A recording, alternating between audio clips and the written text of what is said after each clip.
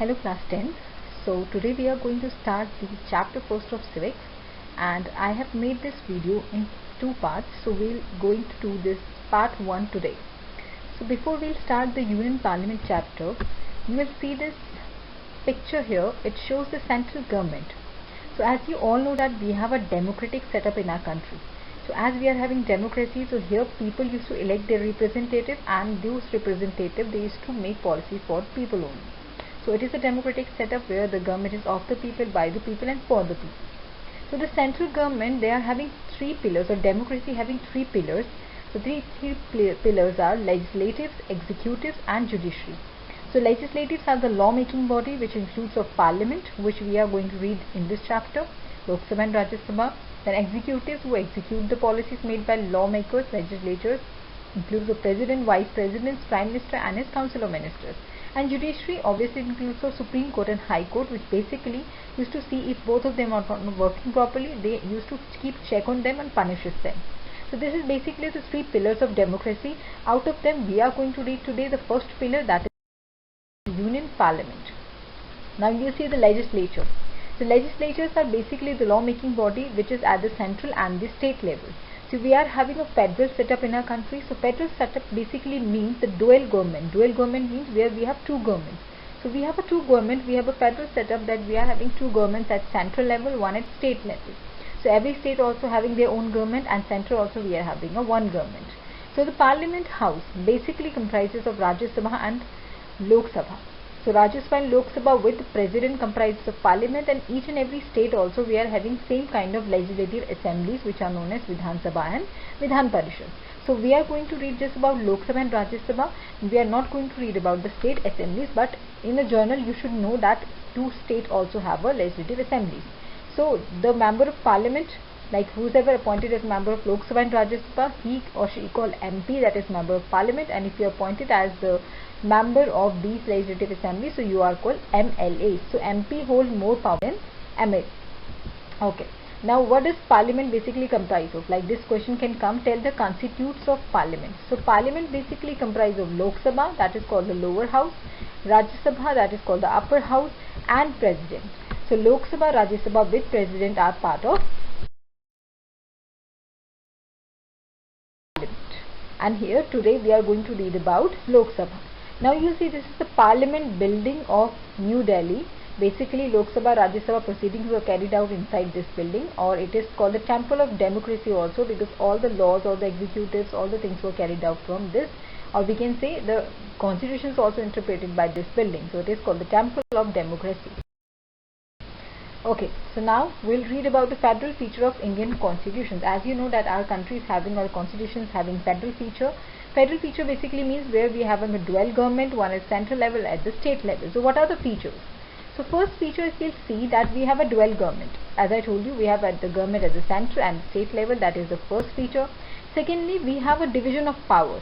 It's not that central government having all the powers or the state government having all the power. No, there is a division of power between the legislature. That means there are people who make law, there are people who execute them, there are people who will punish both of them if they are not working properly. So we have a division of power with the central and the state government. So we have a decentralization of power. That means power is not centralized at one place, that only one person is holding or one government is holding the power. No, there is decentralization of power. That means power is divided among various categories. There is a hierarchy of division of the powers. Like in village we have Panchayati Raj setup. So there is a decentralization of power, that is the federal feature.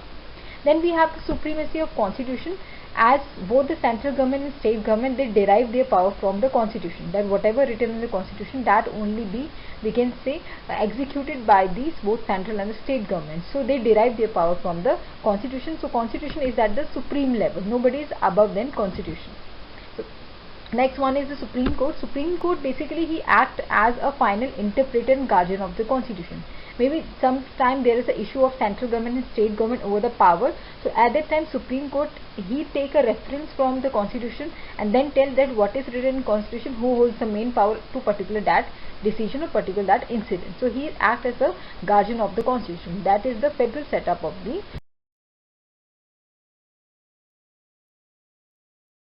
Indian constitution. Now you can see the Lok Sabha. The Lok Sabha, if you see, it is the lower house.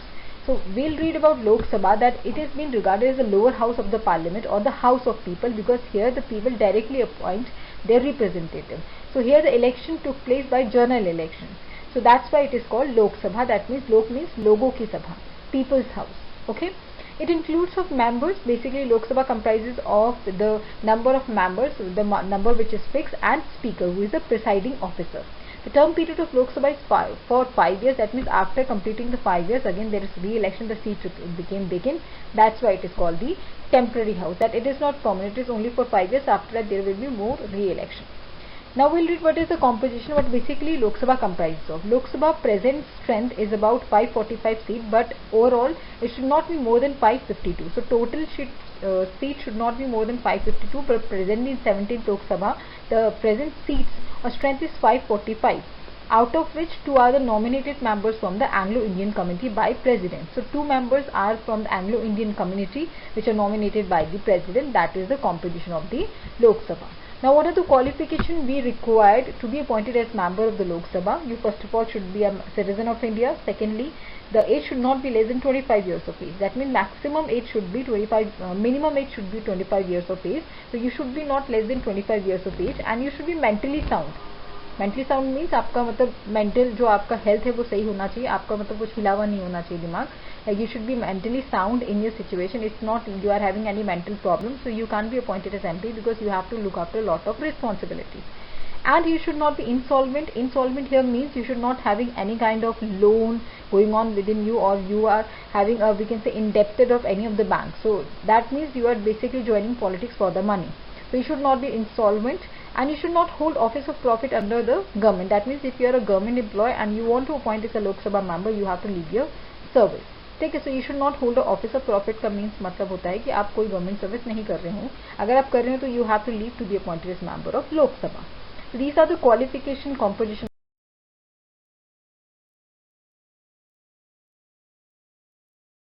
the Lok Sabha. Now we'll see few more terms which has been given in your book. One is oath or affirmation by the members. So whenever a Lok Sabha, Rajya Sabha member, they get appointed as a member of Lok Sabha, before joining their seat they have to take a oath. Like in your school also, during the sports day, the sports captain, they take the oath to abide by the particular constitution of that country, or to abide by the responsibility, to fulfill their responsibility, that I will fulfill the responsibility, I will take this oath. So shapat leni padti hai, that is the oath. So who we can say administered the oath of the Lok Sabha and Rajya Sabha member? It was President.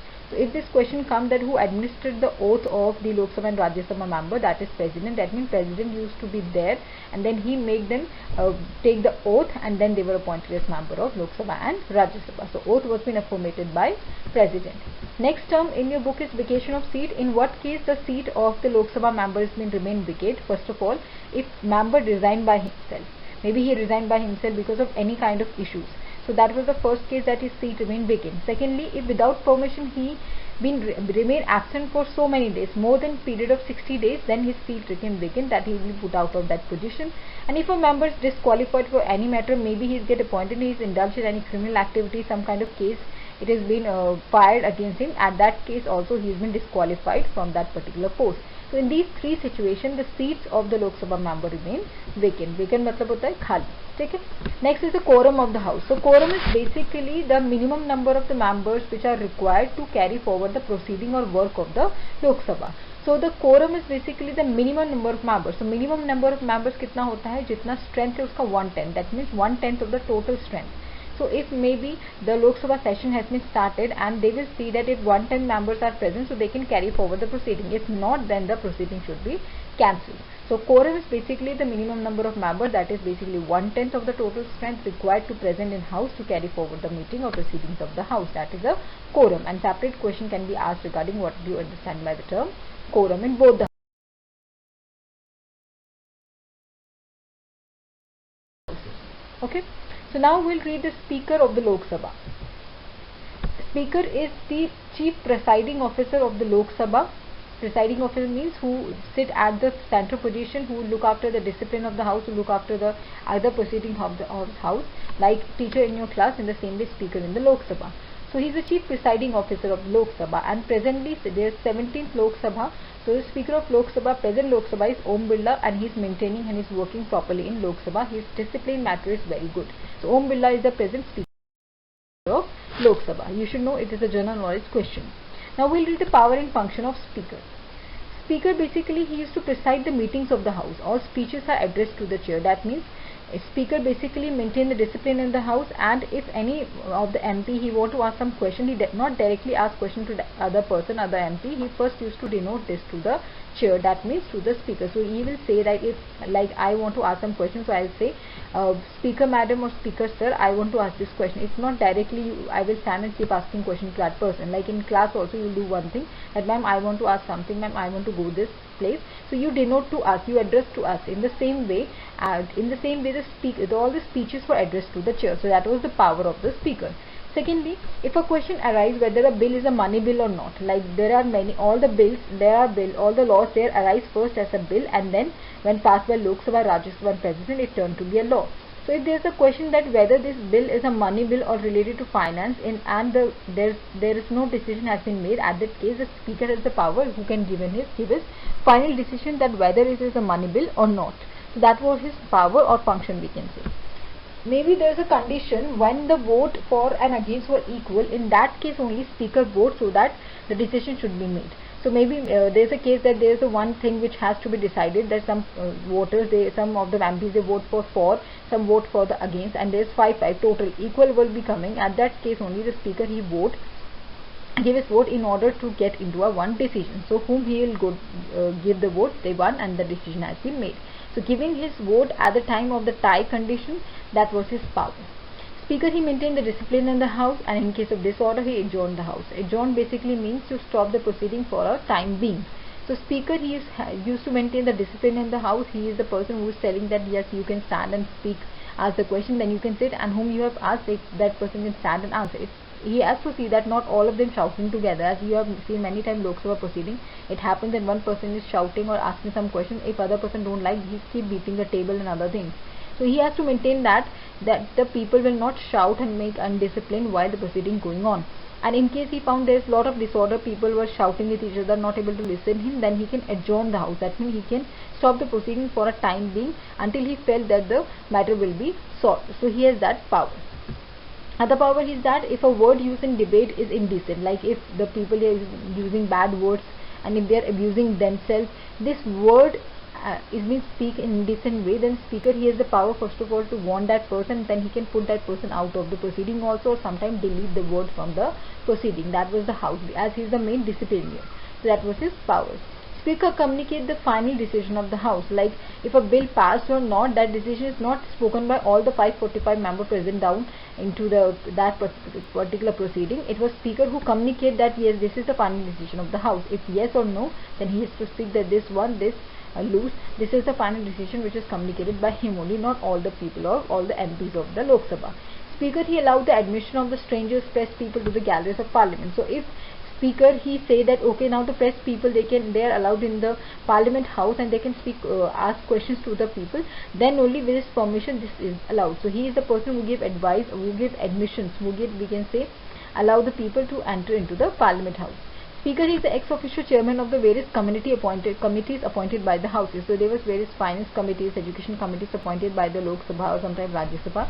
So Speaker we can say he is the chairperson. Ex-officio का मतलब होता है who is holding two posts, that is he is chairman also and he is also the presiding officer. So he is the ex-officio chairman of all the committees of the House directly. Speaker's decision was final in case of anti-defection. Now, defection is basically when a MP is appointed from one particular party, and once he is appointed, he change his party. ठीक है, दल बदलू जिसको बोलते हैं कि मतलब एक पार्टी में अपॉइंट हुए, उसके बाद उन्हें लगा कि नहीं ये पार्टी हमसे नहीं कर रही, तो उन्होंने एक्सचेंज कर दिया. So अगर if there is a case of anti-defection any of the MP, in that case the Speaker decision is final. If he thinks that yeah this person should be charged in anti-defection, then the decision should be made. So Speaker decision is final in case of this anti-defection, that he has to be put out of the Parliament or his MP-ship was been taken away from them. So that was the decision of Speaker. Speaker, he preside over the joint meetings of the both House of Parliament. Maybe there is a controversy between both the houses, so he can call the joint sitting so that there should be no waste of time. So joint sitting of both the houses, the Speaker, he preside, he is the head of those joint sitting in the Parliament.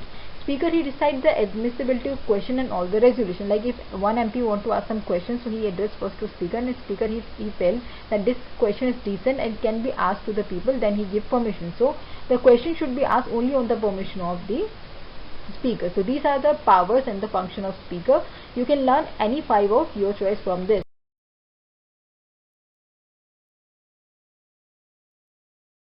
Okay, so now we'll see here the joint session. So if Speaker can't control, you can see here in this cartoon, it is a cartoon form, or we can say a light mode of light way they have presented this cartoon, that if there is a joint session, if MPs are not performing or not working properly, they are not maintaining discipline, they all are shouting together, then what will happen, that the Speaker, it is very tough for them to maintain the discipline. So that's why she is saying that keep sitting, and the proceeding can't going on. So this basically happens because they don't know that we have to maintain the discipline in the house. So Speaker is the chairperson who has to maintain the discipline in the house. Now the Lok Sabha proceedings.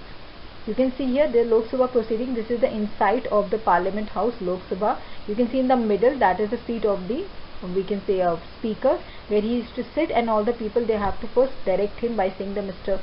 Speaker or Miss Speaker or Madam Speaker. In this way they have to stand and talk to him, and then to the other person. This is the basically Lok Sabha proceeding goes on.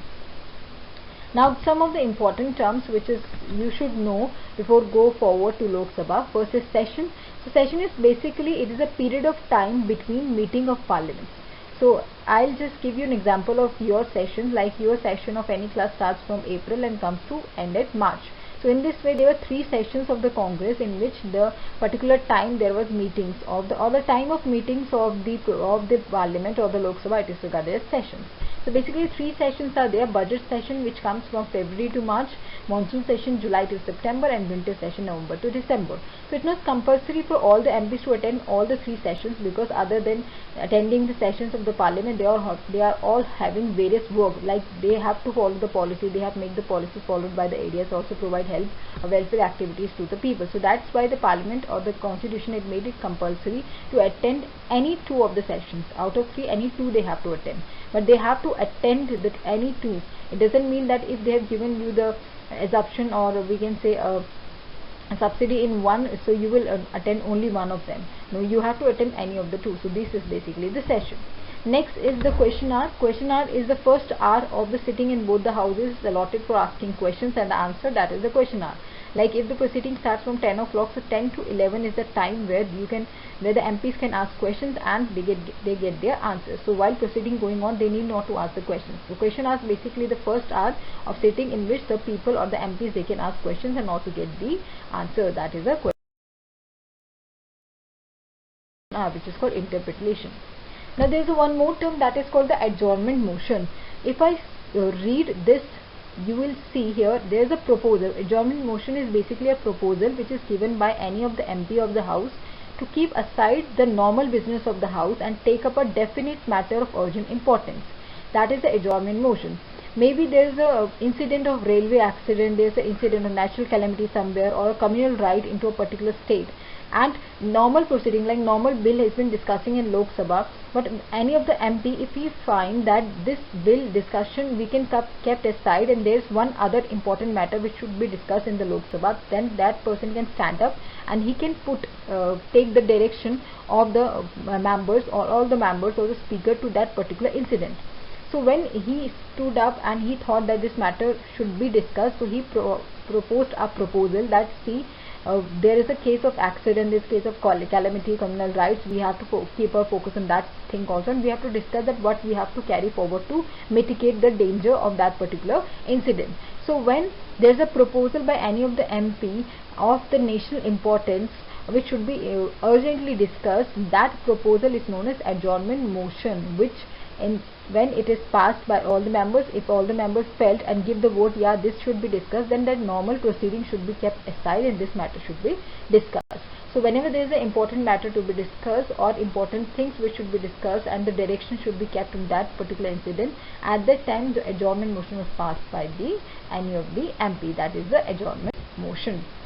Now there is censure motions and no confidence motion. So in your book you are going to read in this chapter 3 motions. One is adjournment motion, censure motion and no confidence motion.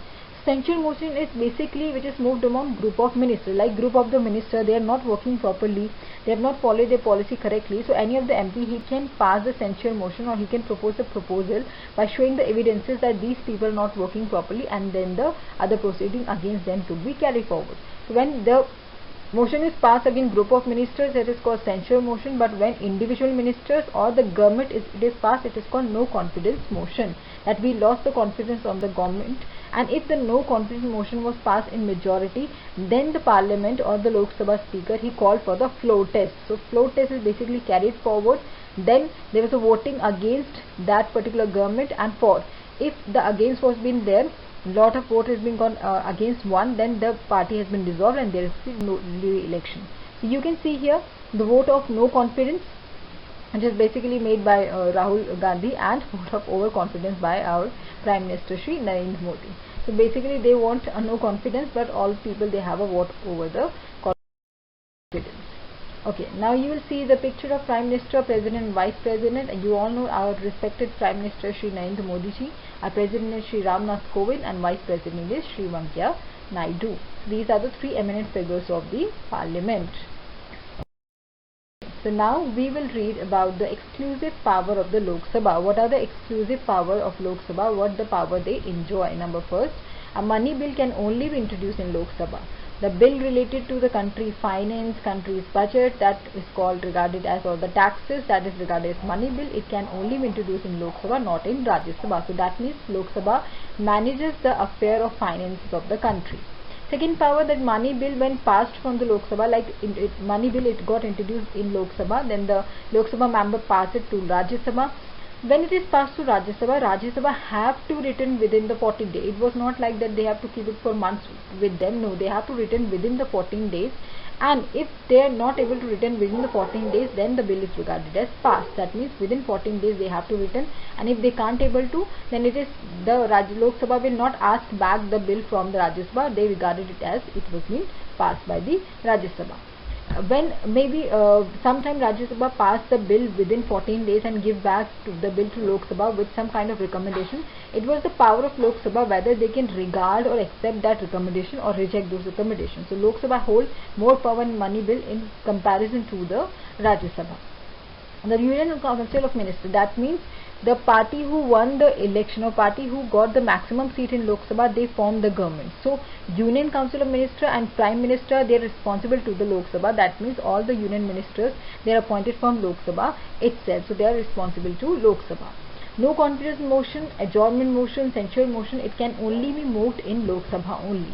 So that is the power that these motion can be passed only in Lok Sabha, which exercise control over the ministers and the government also. So these are the exclusive power of the Lok Sabha.